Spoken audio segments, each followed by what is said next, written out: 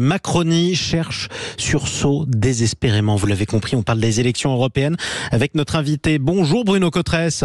Bonjour. Bienvenue sur Sud Radio. Vous êtes politologue, chercheur au CNRS et au CEVIPOF. Je le disais, Macronie cherche sursaut désespérément, en tout cas en ce qui concerne les élections européennes. Si je regarde notre rolling IFOP fiducial pour Sud Radio, la liste de la majorité présidentielle n'arrive désespérément pas à décoller. Et la liste conduite par Madame Hayé est toujours bloquée à 17,5% dans les sondages. Loin, très loin derrière le Rassemblement national à 31,5% dans les sondages. Et talonnée malgré tout par la liste du Parti socialiste et de Place publique qui est à 11,5%. Est-ce qu'on peut dire que la campagne des européennes pour la majorité présidentielle est d'ores et déjà condamnée ? C'est très mal parti effectivement pour la liste de la majorité. L'écart non seulement est grand entre Jordan Bardella et Valérie Hayé, mais il s'est accru au cours des dernières semaines malgré le fait que l'exécutif s'est beaucoup impliqué et le chef de l'État à travers en particulier la question de l'Ukraine et le Premier ministre à travers son discours sur le retour de l'autorité. On peut vraiment dire qu'ils auront fait de leur mieux pour essayer de mobiliser leurs électorats sur un certain nombre de thèmes, et pour le moment, effectivement, ça ne marche pas du tout. Alors, est-ce qu'on peut dire, dans ce cas-là, que les deux têtes de l'exécutif, le président de la République ou le Premier ministre Gabriel Attal, sont devenus inaudibles politiquement pour les Français ?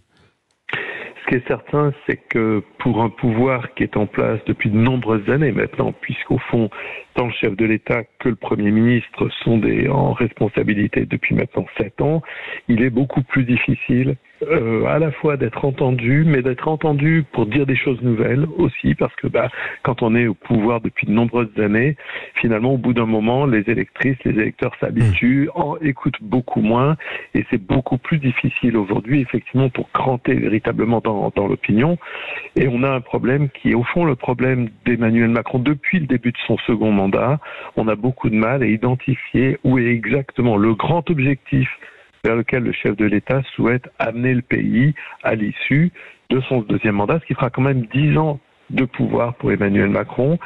Eh bien, cette difficulté, elle s'exprime aujourd'hui. Il a beaucoup de mal à mobiliser au-delà de son socle le plus fidèle. Au-delà de son socle le plus fidèle, vous le disiez bien justement, quel est l'adversaire le plus dangereux pour la liste de la majorité présidentielle ?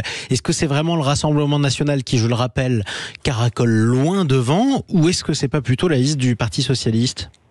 Oui, effectivement, on peut se demander même si l'un des objectifs de cette implication de l'exécutif dans la campagne des élections européennes ne serait pas d'abord et avant tout de garantir, de s'assurer de la place de numéro 2. Si jamais, effectivement, il y avait une dynamique au cours des prochaines semaines en faveur de la liste du centre-gauche, celle de Raphaël Glucksmann, et qu'elle finisse par exemple en deuxième et la liste de la majorité en troisième, alors là, ça sera un véritable séisme pour la majorité, bien évidemment, et au-delà pour Emmanuel Macron, au niveau européen en particulier. Malgré tout, il y a un paradoxe dans ce que vous dites, c'est que la liste du PS semble la plus dangereuse pour la majorité, pourtant le Premier ministre, lui, parle de retour de l'autorité, c'est-à-dire qu'il parle aux électeurs de droite.